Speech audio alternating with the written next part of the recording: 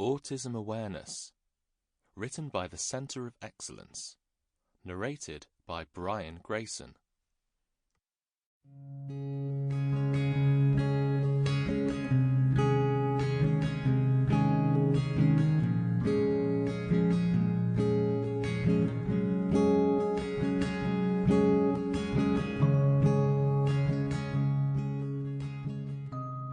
Autism Awareness, Module 1.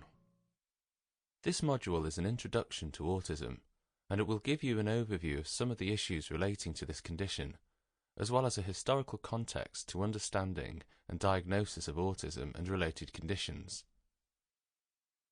In later modules, we will be going into much more depth on the more important topics discussed in this module. The National Autistic Society describes autism as follows. Autism is a lifelong developmental disability that affects how a person communicates and relates to other people. It also affects how they make sense of the world around them. Autism is estimated to affect 1 in every 100 people in the UK, although in the US the current estimate is 1 in every 68 people. Autism is a neurological condition, which means that the autistic brain is organised in a different way. There is no cure, and it affects the way someone with autism sees, perceives and processes the world around them. The impact of autism is individual. Every person with the condition will have a different set of symptoms and difficulties.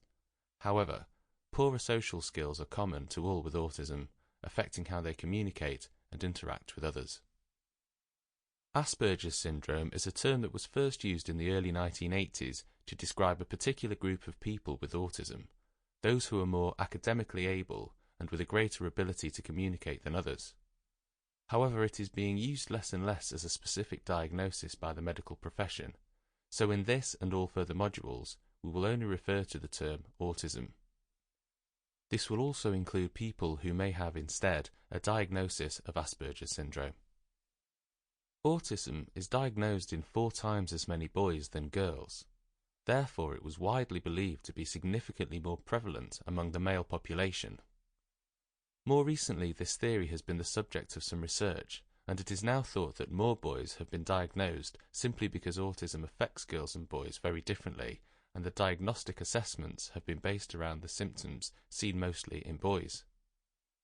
It is likely that there are many more girls with this condition than the statistics indicate, but that many girls remain undiagnosed. There is no cure for autism, and people with the condition will continue to have it into adulthood and throughout their lives. However, until the mid-1980s, autism was not widely diagnosed and was considered to be a very rare condition, so there are many adults with autism who have never been diagnosed. Although there is no cure, as more children have been diagnosed over the past 25 years or so, there has been more research, and there is also a growing knowledge of what works and what doesn't in helping children with autism cope better with the challenges that their condition brings. Particularly over the past decade, therapies and interventions have begun to make a difference to helping them manage some of the symptoms. Early intervention is now known to make a significant difference in how well a child with autism will cope with life, which makes early diagnosis much more important. Generally, symptoms of autism start to become noticeable between the ages of 2 and 3 years old. However, in some cases, earlier diagnosis has been possible, and equally, there is still a large proportion of children who are not diagnosed until much later in childhood. Sometimes it is a change in school or disruption to their family routine which causes these children to present behaviours which might indicate an autism diagnosis. Autism is a spectrum disorder.